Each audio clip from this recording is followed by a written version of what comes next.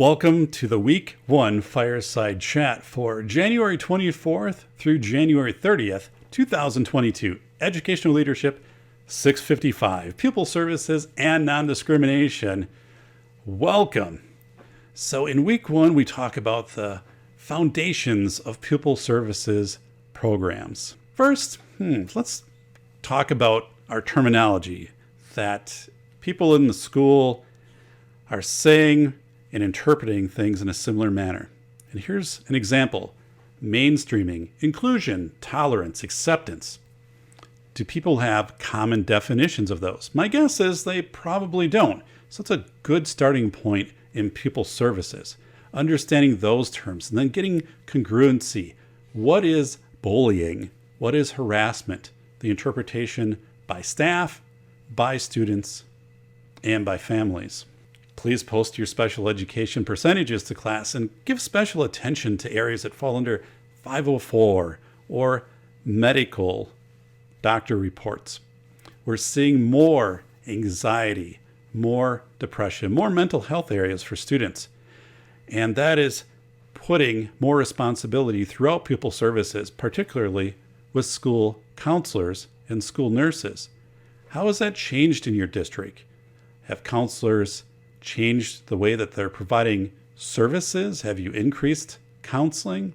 Has professional development changed? How about for teachers?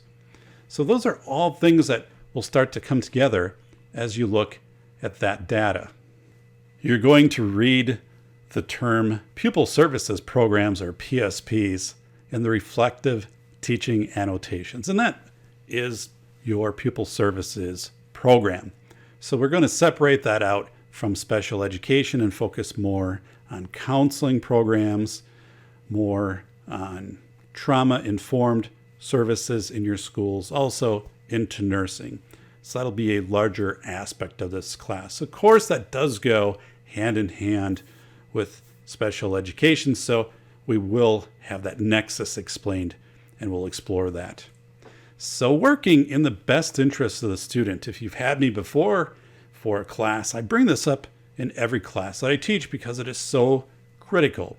We should always be making decisions in the best interest of the student. That is an educational legal term. And it's interesting because in 60 court cases, it existed, but it was defined differently in each case. It's laminated to context and situation, making sure that you are acting in the best interest of the student. So that will always be your filter as you go through this class, acting in the best interest of the student. Also understanding your own discretion.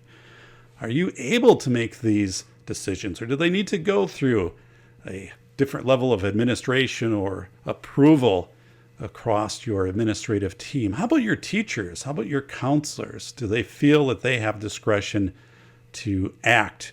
For example, with a threat assessment, could a counselor conduct that? Would they need to obtain permission from a principal? How does that look? How do those systems work? So who has discretion? And also with students, how do students feel that they have discretion or don't have discretion?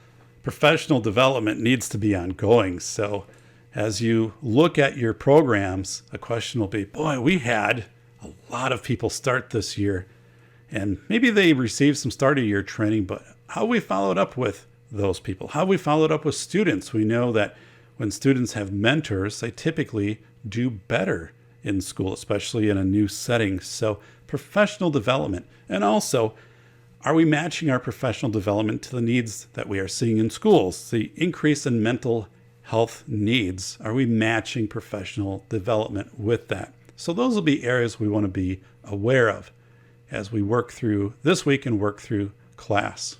Probably now more than ever, it's important for schools to focus on involving parents. With the pandemic, a lot of our schools have gone online, and it's been more challenging not only to include our students, but to include our parents. So what do our parent education programs look like? Things like FAST, Family and Schools Together.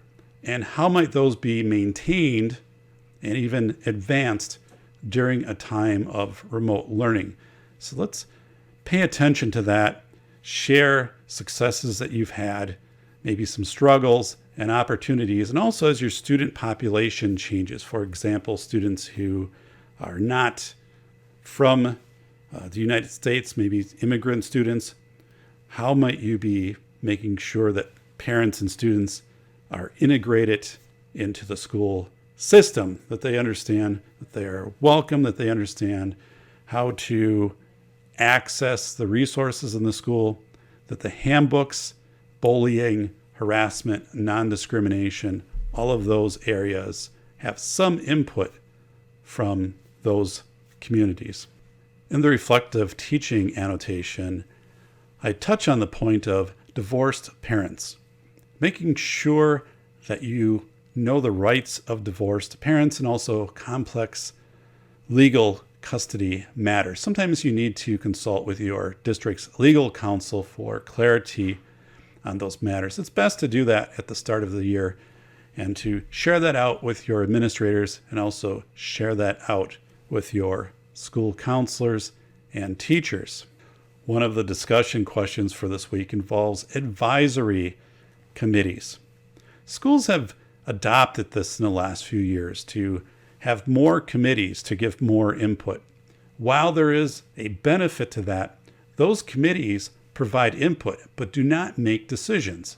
So your decisions on bullying and harassment and suicide prevention need to be maintained at the administrative level, that you are making the decisions on those. Please respond to both of your discussion questions by Thursday and make 8 additional posts. Those can be to your peers or other questions that I put into class. If you have anything that you want to share, please use the sharing tab up above. Any questions, just send it out to me.